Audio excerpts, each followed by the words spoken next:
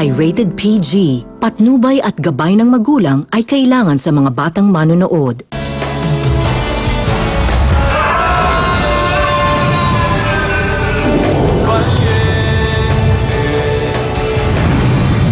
Kikilos na ba ako, Camila?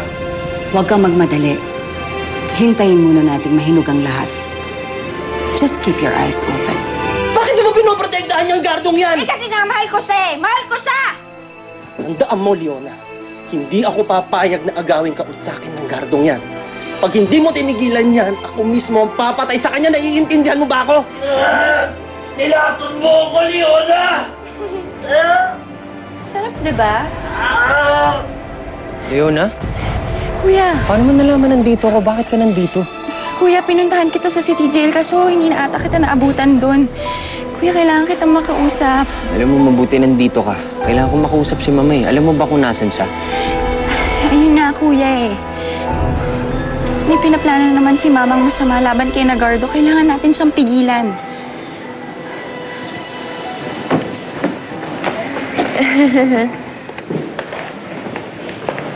Dadalhin ko muna si Amanda sa bahay pangarap.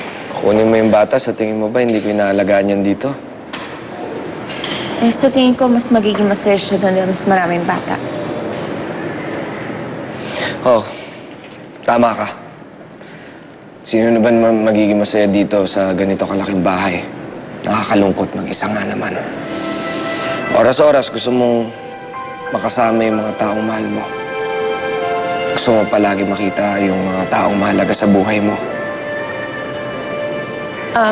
Inang, sige, mauna na kayo sa labas. Antayin niyo na lang ako doon, ha? Sige.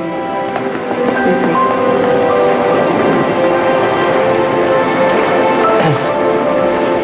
Kahit niligay ka dyan sa sitwasyon na yan, ikaw pa rin na may kakayanan baguhin ang lahat. Kung bubuksan mo lang kasi ang sarili mo sa pagpapatawad, walang dahilan para mabuhay kang mag-isa.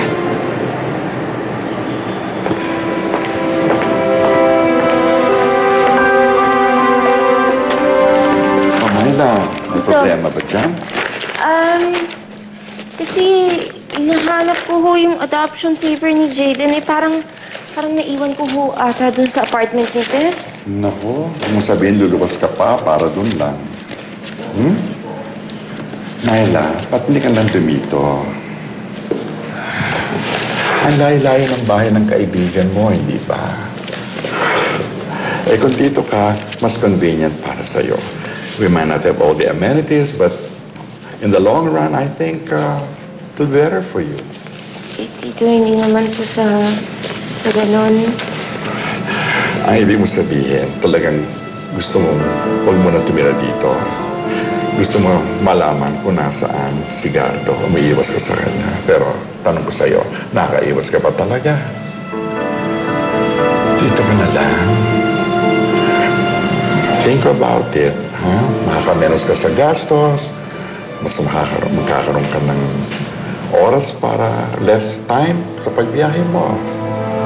Total, tatanong ko sa'yo, nakakalayo ka ba talaga kay Gardo? Hindi, no? At saka hindi mo pwedeng makatakas sa tibok, sa bulong ng puso. Hindi ako tataya! Sinabi ng hindi eh!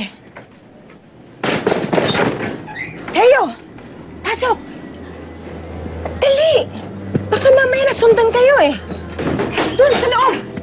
Alam niyo naman delikado ang kalagayan ko, hindi ba? Sige! Piping! Mabutit dumating ka!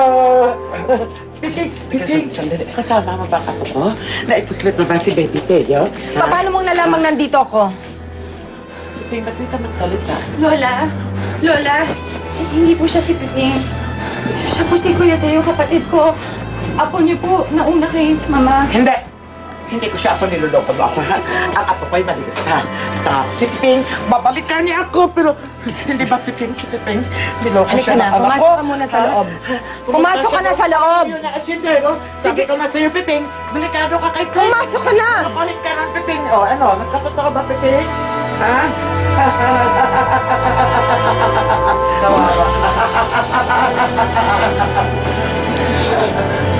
Totoo bang si Piping ang tatay ko?